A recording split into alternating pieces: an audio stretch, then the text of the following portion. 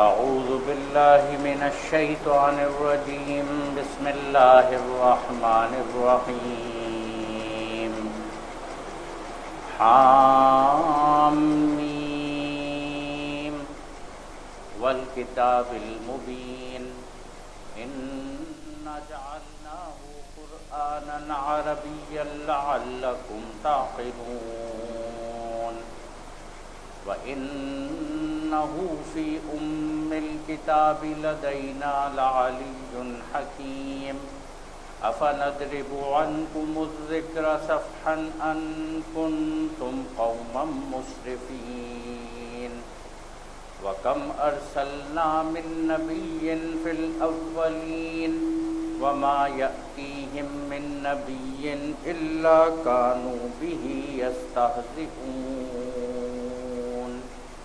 صدق اللہ العظیم۔ بزرگان محترم، برادران عزیز،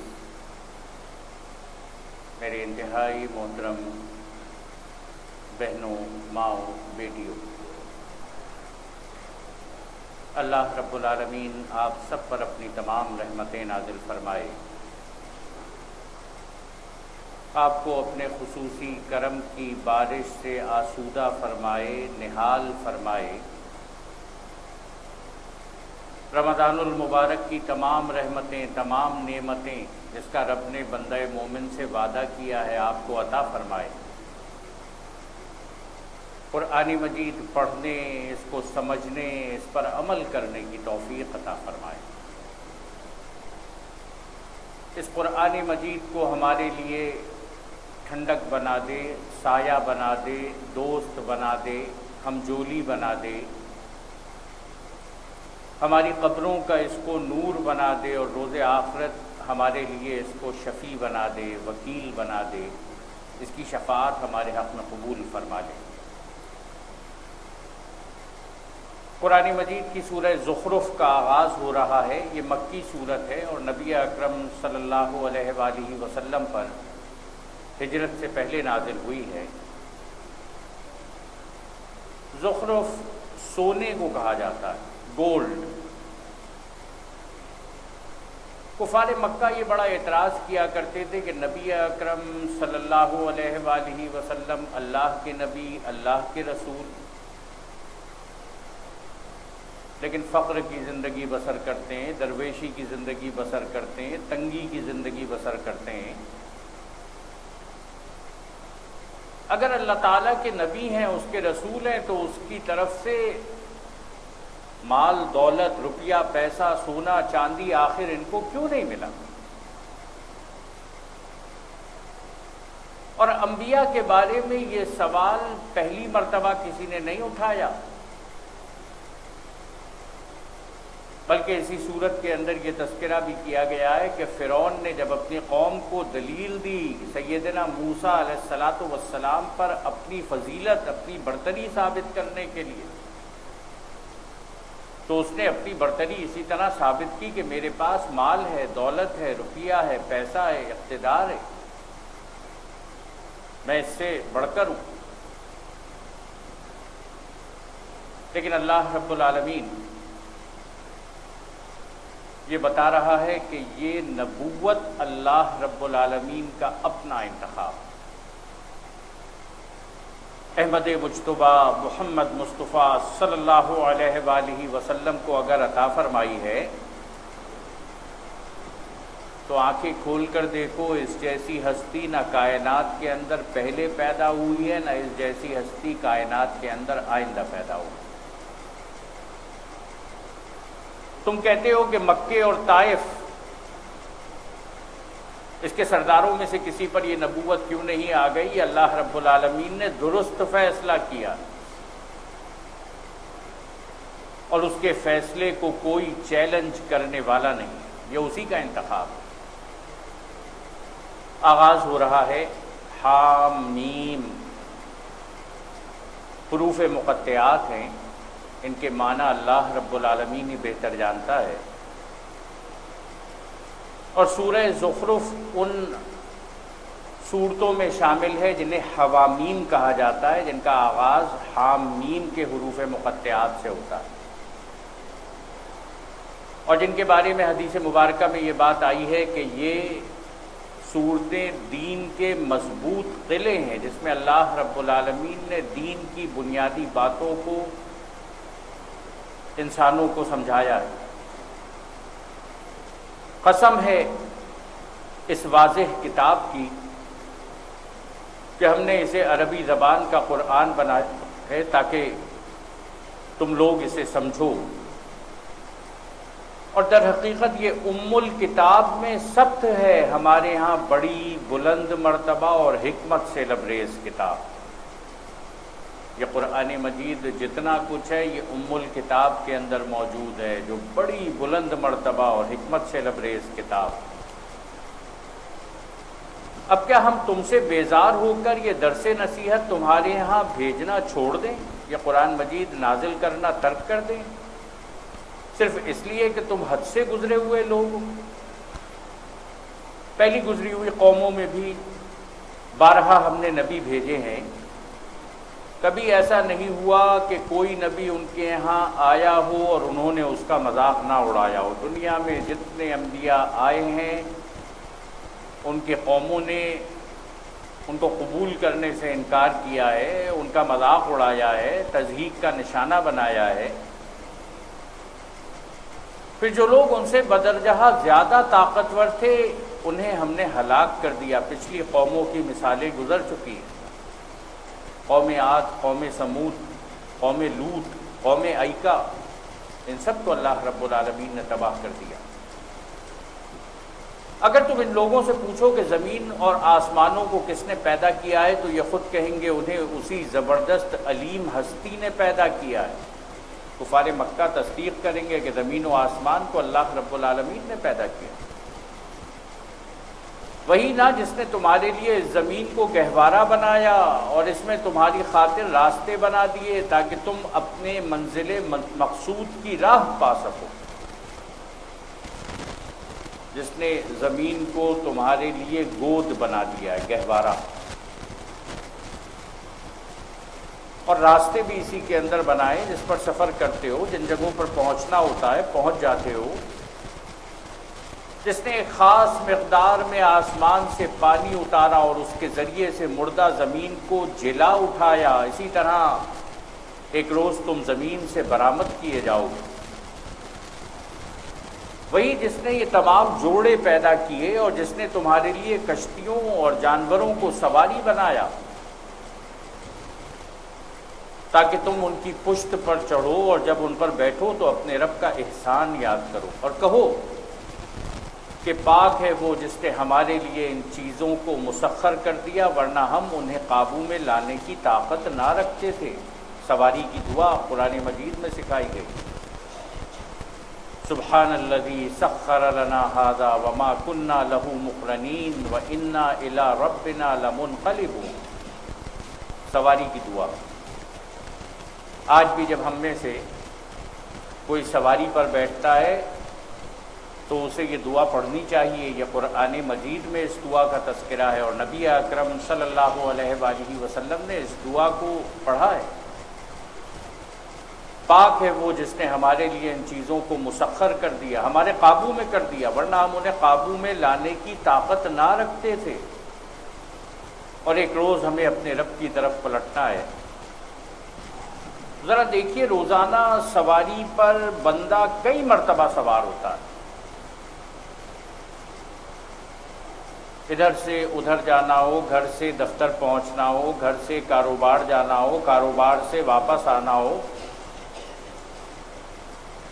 کسی عزیز سے، کسی دوست سے، کسی رشتہ دار سے ملنے جانا ہو، لیکن جب سواری پر بیٹھے گا تو یاد کرے گا ایک روز ہمیں اپنے رب کی طرف پلٹنا ہے۔ روزانہ ذہن نشین کروایا جا رہا ہے، اس دنیا کے اندر ہمیشہ نہیں رہنا، اللہ رب العالمین کی طرف جانا ہے، وہی اصل ٹھکانہ ہے۔ یہ تو چند روزہ زندگی ہے، بالآخر ختم ہو جانی ہے۔ زندگی موت کی امانت، امانت واپس ہونی ہے۔ یہ سبق اپنے ذہن کے اندر تازہ کرتے رہو، صرف زبان پر ایک جملہ آ کر نہ گزر جائے، نہیں، پوری شعور کی گہرائی سے یہ بات سمجھ لو کہ دنیا میں ہمیشہ نہیں رہنا، اپنے رب کی جانب پلٹنا ہے، اس کی تیاری کرتے رہو۔ یہ سب کچھ جانتے اور مانتے ہوئے بھی ان لوگوں نے اس کے بندوں میں سے بعض کو اس کا جز بنا ڈالا، بندوں ہی کو اللہ کا شریک کر دیا۔ حقیقت یہ ہے کہ انسان کھلا احسان فراموش ہے، اللہ تعالیٰ نے اس پر احسان کیا، اس نے احسان فراموشی کا ثبوت دیا، اس احسان کو رب کے بھلا دیا۔ کیا اللہ نے اپنی مخلوق میں سے اپنے لیے بیٹیاں انتخاب کی اور تمہیں بیٹوں سے نوازا؟ کفار مکہ کہتے تھے کہ یہ فرشتے اللہ رب العالمین کی بیٹیاں ہیں، اللہ تعالیٰ نے اپنے لیے تو بیٹیاں منتخب کر لی، تمہیں بیٹے دے دیے۔ اور حال یہ ہے کہ جس اولاد کو یہ لوگ اس خدائے رحمان سے منسوب کرتے ہیں، بیٹیاں، اس کی ولادت کا مژدہ جب خود ان میں سے کسی کو دیا جاتا ہے تو اس کے منہ پر سیاہی چھا جاتی ہے اور وہ غم سے بھر جاتا ہے، اس کو افسوس ہوتا ہے کہ گھر کے اندر بیٹی کیسے پیدا ہو گئی۔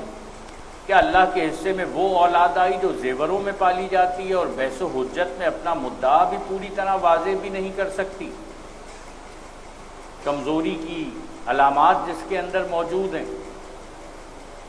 انہوں نے فرشتوں کو جو خدائے رحمان کے خاص بندے عورتیں قرار دے دیا۔ کیا ان کے جسم کی ساخت انہوں نے دیکھی ہے؟ ان کی گواہی لکھ لی جائے گی اور انہیں اس کی جواب دہی کرنا پڑے گی۔ ایک روز ان سے پوچھا جائے گا تم نے کیسے اپنی زبان سے یہ بات کہی؟ یہ کہتے ہیں اگر خدائے رحمان چاہتا کہ ہم ان کی عبادت نہ کریں تو ہم کبھی ان کو نہ پوچھتے۔ یہ جن کے آگے ہم سر جھکاتے ہیں جھوٹے خدا، ان کی بندگی ہم نہ کرتے اگر اللہ تعالیٰ نہ چاہتا۔ یہ کفار مکہ کہا کرتے تھے۔ یہ اس معاملے کی حقیقت کو قطعی نہیں جانتے، محض تیر تکے لڑاتے ہیں۔ کیا ہم نے اس سے پہلے کوئی کتاب ان کو دی تھی جس کی سند اپنی اس ملائکہ پرستی کے لیے یہ اپنے پاس رکھتے ہوں؟ کیا ان کے پاس کوئی کتاب آئی تھی جس کے اندر یہ حکم ان کو دیا گیا تھا؟ نہیں، بلکہ یہ کہتے ہیں کہ ہم نے اپنے باپ دادا کو ایک طریقے پر پایا ہے اور ہم انہی کے نقش قدم پر چل رہے ہیں۔ اس طرح تم سے پہلے جس بستی میں بھی ہم نے کوئی نذیر بھیجا، اس کے کھاتے پیتے لوگوں نے یہی کہا کہ ہم نے اپنے باپ دادا کو ایک طریقے پر پایا ہے اور ہم انہی کے نقش قدم کی پیروی کر رہے ہیں۔ ہر نبی نے ان سے پوچھا کیا تم اس ڈگر پر چلے جاؤ گے خواہ میں اس راستے سے زیادہ صحیح راستہ تمہیں بتاؤں جس پر تم نے اپنے باپ دادا کو پایا؟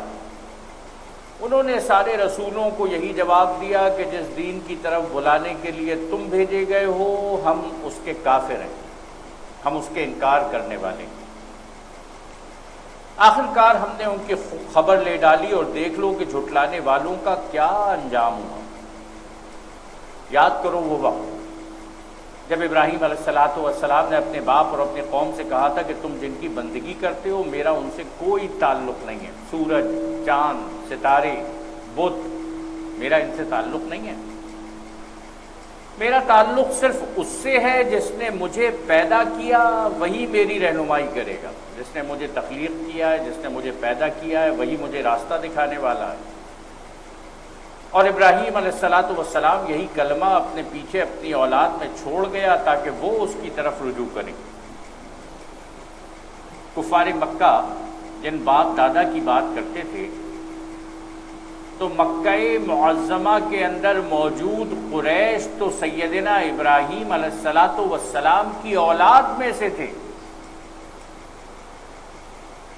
وہ اپنے آباء و اجداد کا تذکرہ کرتے تھے تو وہ آباء و اجداد تو توحید پر عمل کرنے والے تھے، یہ شرک پر عمل کرنے والے نہیں تھے۔ سیدنا ابراہیم علیہ السلام اس کائنات کے بڑے مواہب تھے، توحید پر عمل کرنے والے تھے۔ اور ابراہیم علیہ السلام یہی کلمہ اپنے پیچھے اپنی اولاد میں چھوڑ گیا تاکہ وہ اس کی طرف رجوع کریں۔ اس کے باوجود جب یہ لوگ دوسروں کی بندگی کرنے لگے تو میں نے ان کو مٹا نہیں دیا، بلکہ میں انہیں اور ان کے باپ دادا کو متاع حیات دیتا رہا، یہاں تک کہ ان کے اپنے پاس حق اور کھول کھول کر بیان کرنے والا رسول آ گیا۔ نبی اکرم صلی اللہ علیہ وآلہ وسلم تشریف لائے، مگر جب وہ حق ان کے پاس آیا تو انہوں نے کہہ دیا کہ یہ تو جادو ہے۔ محمد صلی اللہ علیہ وآلہ وسلم حق لے کر آئے، حق کے ساتھ آئے، یہ حق آیا تو کہا یہ تو جادو ہے، ہم اس کو ماننے سے انکار کرتے ہیں۔ کہتے ہیں یہ قرآن دونوں شہروں کے بڑے آدمیوں میں سے کسی پر کیوں نہ نازل کیا گیا؟ مکہ معظمہ یا طائف کے بڑے سردار کے پاس، مال دولت روپیے پیسے اقتدار اختیار والے کے پاس نازل کر دیا جاتا؟ کیا تیرے رب کی رحمت یہ لوگ تقسیم کرتے ہیں؟ دنیا کی زندگی میں ان کی گزر بسر کے ذرائع تو ہم نے ان کے درمیان تقسیم کیے ہیں، اور ان میں سے کچھ لوگوں کو کچھ دوسرے لوگوں پر ہم نے بدرجہ فوقیت دی ہے، تاکہ یہ ایک دوسرے سے خدمت لیں۔ اور تیرے رب کی رحمت اس دولت سے زیادہ قیمتی ہے جو ان کے رئیس سمیٹ رہے ہیں۔ یاد رکھنا، نبوت کی رحمت پورے کائنات کی دولت سے زیادہ ہے۔ قرآن مجید کی رحمت پوری کائنات کی دولت سے زیادہ ہے۔ ان کے رئیسوں کے پاس جو کچھ ہے وہ تو اس کے مقابلے میں بہت تھوڑا ہے، وہ بھی اللہ رب العالمین کا دیا ہوا ہے۔ اگر یہ اندیشہ نہ ہوتا کہ سارے لوگ ایک ہی طریقے کے ہو جائیں گے تو ہم خدائے رحمان سے کفر کرنے والوں کے گھروں کی چھتیں اور ان کی سیڑھیاں جن سے وہ اپنے بالا خانوں پر چڑھتے ہیں، اور ان کے دروازے اور ان کے تخت جن پر وہ تکیے لگا کر بیٹھتے ہیں، یہ سب چاندی اور سونے کے بنوا دیتے۔ اگر یہ اندیشہ نہ ہوتا کہ سارے لوگ اللہ کے انکاری ہو جائیں گے تو یہ جو انکار کرنے والے ہیں، ان کے چھتیں، ان کے بالا خانوں کی سیڑھیاں، ان کے تخت، یہ سب چاندی اور سونے کے بنوا دیتے۔ یہ تو محض حیات دنیا کی متاع ہے، اور آخرت تیرے رب کے یہاں صرف متقین کے لیے۔ نبی اکرم صلی اللہ علیہ وآلہ وسلم اپنے گھر پہ تشریف فرما کے سیدنا عمر فاروق رضی اللہ تعالیٰ عنہ آپ کے پاس ملنے کے لیے آئے۔ مدینہ منورہ میں دروازے پہ دستک دی، اندر سے پوچھا گیا کون ہے؟ باہر سے جواب دیا گیا یا رسول اللہ صلی اللہ علیہ وآلہ وسلم، آپ کا غلام عمر حاضری کی اجازت چاہتا ہے۔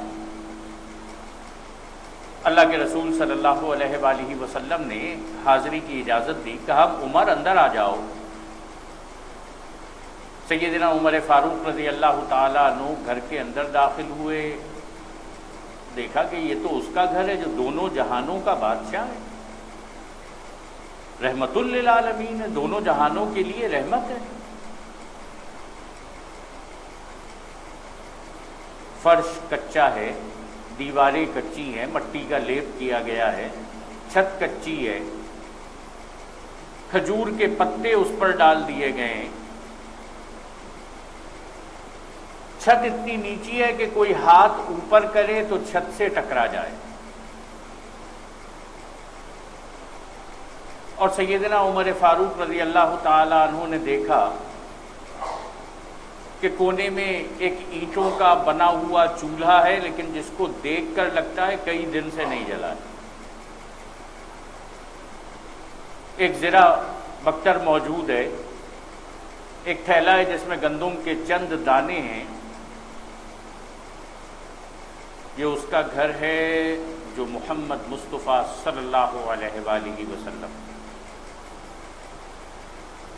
اور دیکھا کہ نبی اکرم صلی اللہ علیہ وآلہ وسلم زمین پر لیٹے ہوئے ہیں، آپ کے جسم پر کرتا نہیں ہے، آپ کھجور کے بانوں کی بنی ہوئی چٹائی کے اوپر لیٹے ہوئے۔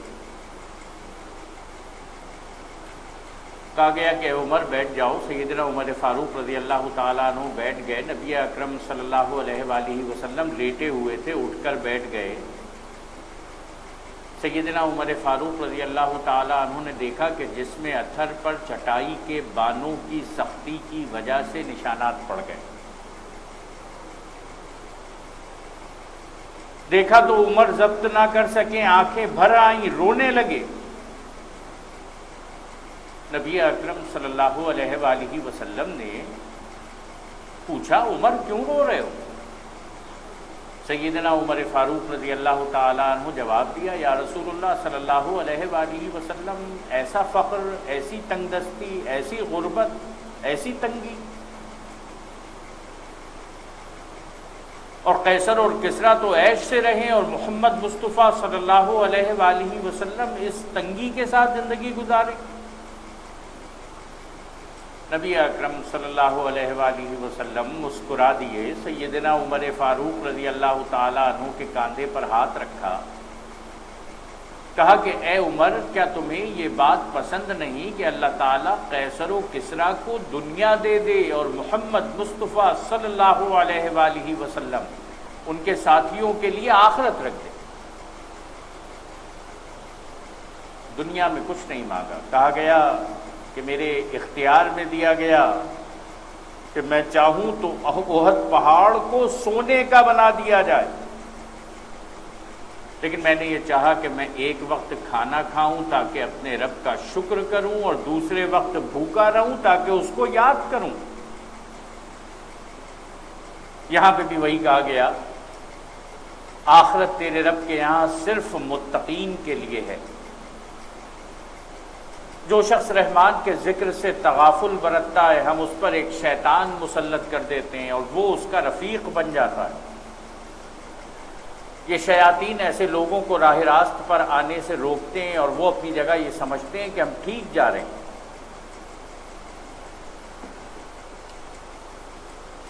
آخر کار جب یہ شخص ہمارے یہاں پہنچے گا تو اپنے شیطان سے کہے گا، کاش میرے اور تیرے درمیان مشرق و مغرب کا بودھ ہوتا، فاصلہ ہوتا، تو بدترین ساتھی نکلا۔ اس وقت ان لوگوں سے کہا جائے گا کہ جب تم ظلم کر چکے تو آج یہ بات تمہارے لیے کچھ بھی نافع نہیں ہے، آج تم لڑائی کرو، جھگڑا کرو، ایک دوسرے کو برا بھلا کرو، کیا فرق پڑتا؟ روز آخرت مہلت عمل ختم ہو چکی ہوگی، مہلت توبہ ختم ہو چکی ہوگی کہ تم اور تمہارے شیاطین عذاب میں مشترک ہیں۔ اب آج اگر آنکھیں کھلی ہیں تو کوئی فرق نہیں پڑتا، اگر تم پہلے توبہ کر لیتے، اس سے دوری کا اظہار کر کے اپنے رب کے آگے سر جھکاتے تو آج تم بھی جنت میں ہوتے۔ اب کیا اے نبی تم بہروں کو سناؤ گے یا اندھوں اور سری گمراہی میں پڑے ہوئے لوگوں کو راہ دکھاؤ گے؟ اب تو ہمیں ان کو سزا دینی ہے، خواہ تمہیں دنیا سے اٹھا لیں یا تم کو آنکھوں سے ان کا وہ انجام دکھا دیں جس کا ہم نے ان سے وعدہ کیا، ہمیں ان پر پوری قدرت حاصل ہے۔ تم بہرحال اس کتاب کو مضبوطی سے تھامے رہو جو وحی کے ذریعے سے تمہارے پاس بھیجی گئی ہے، یقیناً تم سیدھے راستے پر ہو۔ حقیقت یہ ہے کہ یہ کتاب تمہارے لیے اور تمہاری قوم کے لیے ایک بہت بڑا شرف ہے، اور عنقریب تم لوگوں کو اس کی جواب دہی کرنی ہوگی۔ تم سے پہلے ہم نے جتنے رسول بھیجے تھے ان سب سے پوچھ دیکھو، کیا ہم نے خدائے رحمان کے سوا کچھ دوسرے معبود بھی مقرر کیے تھے کہ ان کی بندگی کی جائے؟ ہم نے موسیٰ علیہ السلام کو اپنی نشانیوں کے ساتھ فرعون اور اس کے آیان سلطنت کے پاس بھیجا، اور اس نے جا کر کہا میں رب العالمین کا رسول ہوں۔ پھر جب اس نے ہماری نشانیاں ان کے سامنے پیش کی تو وہ ٹھٹھے مارنے لگے، مذاق اڑانے لگے۔ ہم ایک پر ایک ایسی نشانی ان کو دکھاتے چلے گئے جو پہلی سے بڑھ چڑھ کر تھی، اور ہم نے ان کو عذاب میں دھر لیا تاکہ وہ اپنی روش سے باز آئیں۔ پہلے اللہ تعالیٰ نے عصا دکھایا جو اژدہے میں تبدیل ہوا، موسیٰ علیہ السلام کا ہاتھ چمکتا ہوا ان کی بغل سے باہر نکلتا تھا۔ پھر قحط پڑا، اللہ تعالیٰ نے وہ دور کیا، پھر ٹڈی دل بھیجے، پھر ان کے عذاب سے بچایا۔ پھر سرسریاں ان کے غلے کے اندر کیڑے پیدا ہو گئے، جسموں کے اندر جوئیں پیدا ہو گئیں، پھر مینڈکوں کا عذاب آیا، پھر پانی جہاں دیکھتے تھے خون اس کے اندر آ جاتا تھا۔ یہ ساری نشانیاں تھیں جو اللہ تعالیٰ نے دکھاتا رہا، لیکن پھر عذاب میں دھر لیا تاکہ وہ اپنی روش سے باز آئیں۔ ہر عذاب کے موقع پر وہ کہتے اے ساحر، اپنے رب کی طرف سے جو منصب تجھے حاصل ہے اس کی بنا پر ہمارے لیے اس سے دعا کر، ہم ضرور راہ راست پر آ جائیں گے۔ جب مشکل آتی تھی موسیٰ علیہ السلام کو گھیر لیتے تھے، کہتے تھے کہ اللہ تعالیٰ سے دعا کر دیجیے عذاب کو دور فرما دے، عذاب دور فرما دے گا، ہم یقیناً آپ پر ایمان لے آئیں گے۔ مگر جو ہی کہ ہم ان پر سے عذاب ہٹا دیتے وہ اپنی بات سے پھر جاتے تھے۔ ایک روز فرعون نے اپنی قوم کے درمیان پکار کر کہا، لوگو کیا مصر کی بادشاہی میری نہیں ہے اور یہ نہریں میرے نیچے نہیں بہہ رہی ہیں؟ کیا تم لوگوں کو نظر نہیں آتا میں بہتر ہوں یا یہ شخص جو ذلیل و حقیر ہے اور اپنی بات بھی کھول کر بیان نہیں کر سکتا؟ اس کی زبان کے اندر ہکلاہٹ ہے، تتلاہٹ ہے، کیوں نہ اس پر سونے کے کنگن اتارے گئے یا فرشتوں کا ایک دستہ اس کی اردلی میں نہ آیا؟ کم از کم کچھ پروٹوکول، کچھ باڈی گارڈ فرشتوں کی طرف سے اس کے ساتھ آ جاتے، سونے کے کنگن ہی اس کو مل جاتے۔ اس نے اپنی قوم کو ہلکا سمجھا اور انہوں نے اس کی اطاعت کی۔ در حقیقت وہ تھے ہی فاسق۔ وہ جو دنیا کا چھوٹا موٹا فائدہ نظر آتا ہے، لوگ سمجھتے ہیں کہ یہ اس وجہ سے مل رہا ہے کہ یہ بڑا رب کے قریب ہے۔ فرعون کی قوم نے بھی اس کو تسلیم کر لیا تھا، فرعون کے پیچھے چلتے رہے، لیکن اللہ تعالیٰ نے کہا کہ وہ تھے ہی فاسق لوگ۔ آخر کار جب انہوں نے ہمیں غضبناک کیا تو ہم نے ان سے انتقام لیا اور ان کو اکٹھا غرق کر دیا، اور بعد والوں کے لیے پیشرو اور نمونہ عبرت بنا کر رکھ دیا۔ اور جو ہی کہ ابن مریم کی مثال دی گئی، عیسیٰ ابن مریم علیہ السلام، جب قرآن مجید میں ان کا تذکرہ آتا تھا تو کفار مکہ کہتے تھے کہ لوگ عیسائیوں کے خدا کو تو تسلیم کر لیتے ہیں، ہمارے خدا کا تذکرہ نہیں کرتے، اس لیے کہ اس زمانے کے عیسائیوں نے سیدنا مسیح علیہ السلام، سیدنا عیسیٰ علیہ السلام کے بت بنا لیے تھے، ان کے آگے سجدہ ریز ہوتے تھے، انہیں خدا کی حیثیت دیتے تھے۔ اور جو ہی کہ ابن مریم کی مثال دی گئی، تمہاری قوم کے لوگوں نے اس پر غل مچا دیا اور کہنے لگے ہمارے معبود اچھے ہیں یا وہ؟ یہ مثال وہ تمہارے سامنے محض کج بحثی کے لیے لائے ہیں، حقیقت یہ کہ یہ ہیں ہی جھگڑالو لوگ۔ ابن مریم اس کے سوا کچھ نہ تھا کہ ایک بندہ تھا جس پر ہم نے انعام کیا اور بنی اسرائیل کے لیے اپنی قدرت کا ایک نمونہ بنا دیا۔ ہم چاہیں تو تم سے فرشتے پیدا کر دیں جو زمین میں تمہارے جانشین ہوں، ہم یہ کیفیت برپا کر سکتے ہیں کہ تمہارے بعد فرشتے آ جائیں، اور وہ دراصل قیامت کی ایک نشانی ہے، بس تم اس میں شک نہ کرو اور میری بات مان لو، یہی سیدھا راستہ ہے۔ ایسا نہ ہو شیطان تم کو اس سے روک دے کہ وہ تمہارا کھلا دشمن ہے۔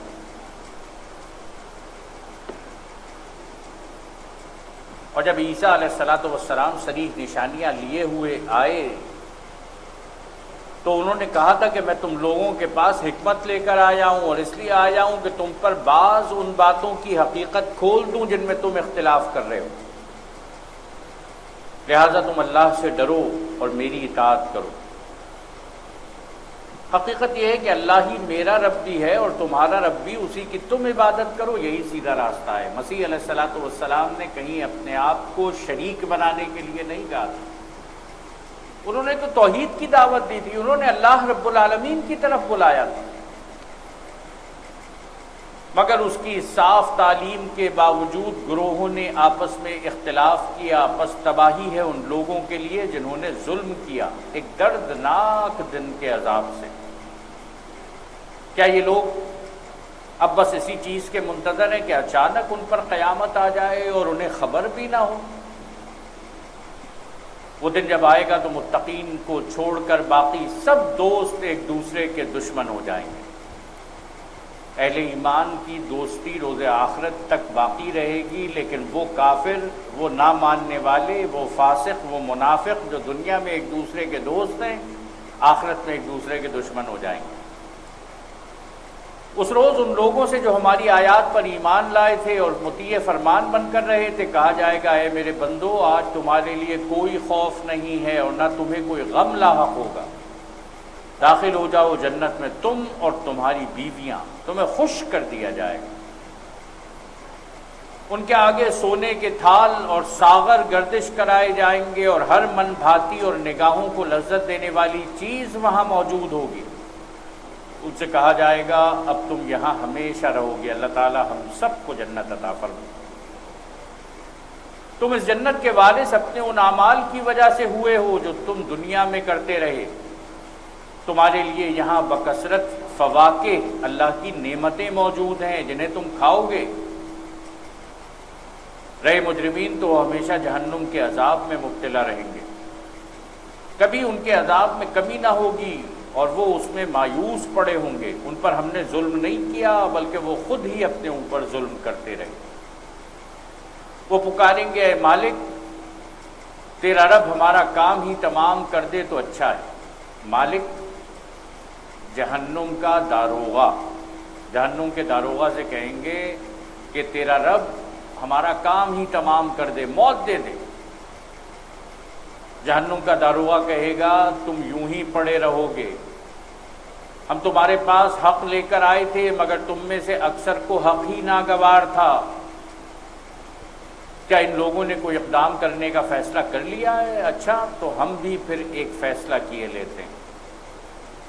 کیا انہوں نے یہ سمجھ رکھا ہے کہ ہم ان کی راز کی باتیں اور ان کی سرگوشیاں سنتے نہیں ہیں؟ ہم سب کچھ سن رہے ہیں اور ہمارے فرشتے ان کے پاس ہی لکھ رہے ہیں، کرامن کاتبین ہر آدمی کے کاندھے پر موجود ہیں، جو وہ کر رہا ہے کرامن کاتبین لکھ رہے ہیں۔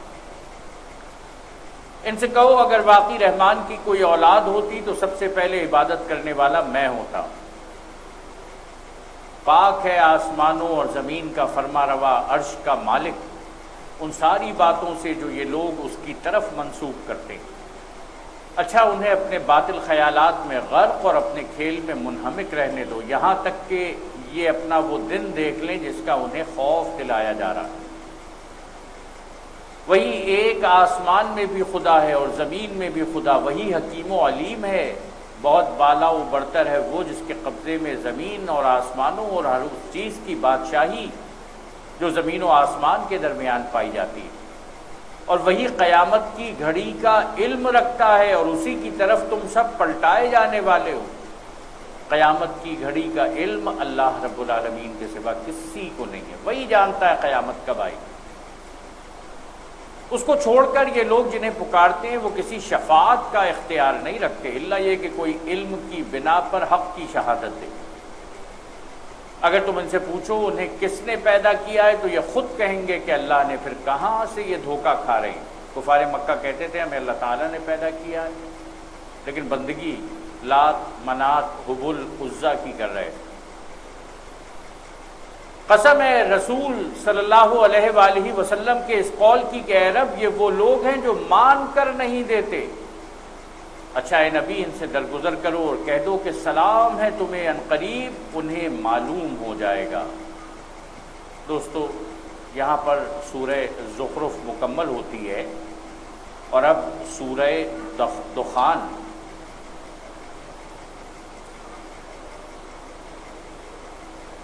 یہ بھی مکی سورت ہے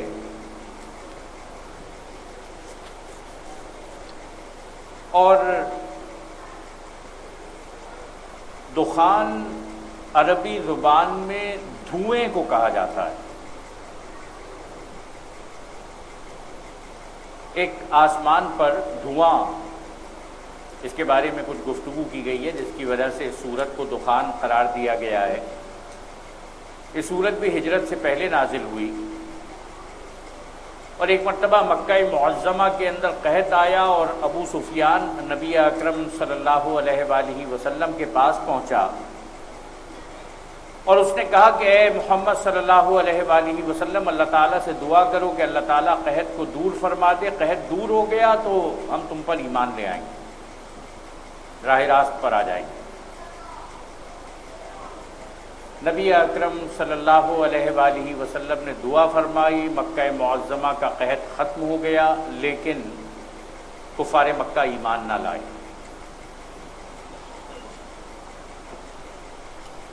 اللہ کے نام سے جو بے انتہا مہربان اور رحم فرمانے والا ہے۔ حام میم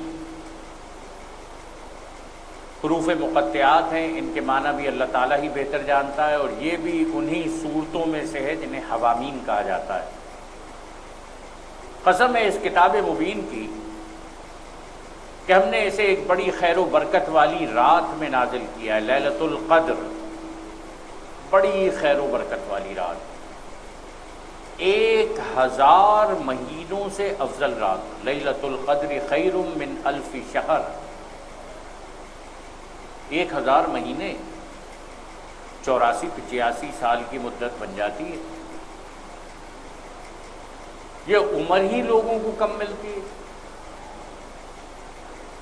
لیکن اللہ رب العالمین یہ نہیں کہہ رہا کہ ایک رات 1000 مہینوں کے برابر ہے، وہ تو کہہ رہا ہے ایک رات 1000 مہینوں سے افضل ہے، 100 سال کے برابر ہے یا 200 سال کے برابر، دینے والے کے یہاں کوئی کمی نہیں۔ ہم نے اسے ایک بڑی خیر و برکت والی رات میں نازل کیا ہے، لیلۃ القدر۔ اللہ تعالی ہم سب کو لیلۃ القدر کی سعادت عطا فرمائے، کیونکہ ہم لوگوں کو متنبہ کرنے کا ارادہ رکھتے تھے۔ یہ وہ رات تھی جس میں ہر معاملے کا حکیمانہ فیصلہ ہمارے حکم سے صادر کیا جاتا ہے۔ ہم ایک رسول بھیجنے والے تھے تیرے رب کی رحمت کے طور پر، یقیناً وہی سب کچھ سننے اور جاننے والا، آسمانوں اور زمین کا رب اور ہر اس چیز کا رب جو آسمان و زمین کے درمیان ہے، اگر تم لوگ واقعی یقین رکھنے والے ہو۔ کوئی معبود اس کے سوا نہیں ہے، وہی زندگی عطا کرتا ہے، وہی موت دیتا ہے، تمہارا رب اور تمہارے ان اسلاف کا رب، تمہارے بزرگوں کا رب، پچھلے گزرے ہوئے لوگوں کا رب جو پہلے گزر چکے۔ مگر فی الواقع ان لوگوں کو یقین نہیں ہے، بلکہ یہ اپنے شک میں پڑے کھیل رہے ہیں۔ اچھا انتظار کرو اس دن کا جب آسمان صریح دھواں لیے ہوئے آئے گا، یہ آسمان اس کے اوپر دھواں آ جائے گا۔ اسی دخان کی وجہ سے اس سورت کو سورہ دخان کہا جاتا ہے، اور وہ لوگوں پر چھا جائے گا، یہ ہے دردناک سزا۔ اب کہتے ہیں پروردگار ہم پر سے یہ عذاب ٹال دے، ہم ایمان لاتے ہیں۔ ابو سفیان آیا تھا نبی اکرم صلی اللہ علیہ وآلہ وسلم کے پاس کہ اے محمد، یہ جو مکے کے اندر قحط آ گیا ہے، اس قحط کے خاتمے کی دعا کرو، قحط دور ہو گیا تو ہم تم پر ایمان لے آئیں گے۔ ان کی غفلت کہاں دور ہوتی، ان کا حال تو یہ ہے کہ ان کے پاس رسول مبین آ گیا، پھر بھی یہ اس کی طرف ملتفت نہ ہوئے۔ ان کے درمیان احمد مجتبیٰ محمد مصطفیٰ صلی اللہ علیہ وآلہ وسلم جیسی عظیم الشان ہستی تشریف لائی۔ وہ آج بھی انسانیت کے اندر اگر کوئی بیٹھ کر تجزیہ کرتا ہے اور پوری انسانی تاریخ کی تمام ہستیوں کے نام لکھتا ہے، مائیکل ہارٹ ایک تاریخ دان، اس نے پوری انسانی تاریخ کا مطالعہ کیا اور انسانی تاریخ میں سے 100 شخصیات کے نام جمع کیے جنہوں نے انسانی تاریخ پر سب سے زیادہ گہرے اثرات ڈالے، مؤثر ہستیاں جنہوں نے انسانی تاریخ کو متاثر کیا۔ اس نے 100 ہستیوں کے نام لکھے، ان میں ترتیب دی، اس میں ترجیح دی، ترتیب اولین، ترجیح اولین احمد مجتبیٰ محمد مصطفیٰ صلی اللہ علیہ وآلہ وسلم۔ مائیکل ہارٹ کی یہ کتاب انگریزی میں بھی موجود ہے اور اس کا اردو ترجمہ بھی ہو چکا ہے۔ وہ خود یہ بات لکھتا ہے کہ میں کرسچن ہوں، عیسائی ہوں، لیکن یہ بات کہنے پر مجبور ہوں کہ محمد مصطفیٰ صلی اللہ علیہ وآلہ وسلم نے انسانی تاریخ کو جس طرح متاثر کیا ہے، سیدنا عیسیٰ علیہ السلام بھی انسانی تاریخ کو اس طرح متاثر نہیں کر سکے۔ اور اس نے کہا کہ یہ عجیب بات ہے کہ نبی اکرم صلی اللہ علیہ وآلہ وسلم جہاں نماز سکھاتے ہیں، جہاں روزہ بتاتے ہیں، جہاں زکوٰۃ کا طریقہ بتاتے ہیں، جہاں حج کا طریقہ سکھلاتے ہیں، روحانیت کے معاملات میں رہنمائی کرتے ہیں، وہیں وہ مسجد نبوی کے اندر بیٹھ کر دنیا کے بڑے بڑے ممالک سے سفارت کاری کرتے ہیں، انٹرنیشنل ریلیشنز، بین الاقوامی قوانین کے بنیادی اصول وضع فرماتے ہیں۔ وہ میدان جہاد، بدر، احد، احزاب، فتح مکہ کے موقع پر جنگی تدبیریں وضع کرتے ہیں، دنیا کے بڑے کامیاب جرنیل نظر آتے ہیں۔ وہ مدینہ منورہ کے اندر بیٹھ کر قانون کے اوپر عمل درآمد کرتے ہیں، دنیا کے بڑے قانون ساز نظر آتے ہیں، دنیا کے بڑے جسٹس، فیصلہ کرنے والے نظر آتے ہیں، اور ان کی ہدایات، ان کی تعلیمات ہیں جو صرف روحانیت کے دائرے میں نہیں بلکہ معیشت کا دائرہ ہو، معاشرت کا دائرہ ہو، سیاست کا دائرہ ہو، بین الاقوامی تعلقات کا دائرہ ہو، قانون سازی کا دائرہ ہو، نبی اکرم صلی اللہ علیہ وآلہ وسلم کی شخصیت ہر چیز پر چھائی ہوئی۔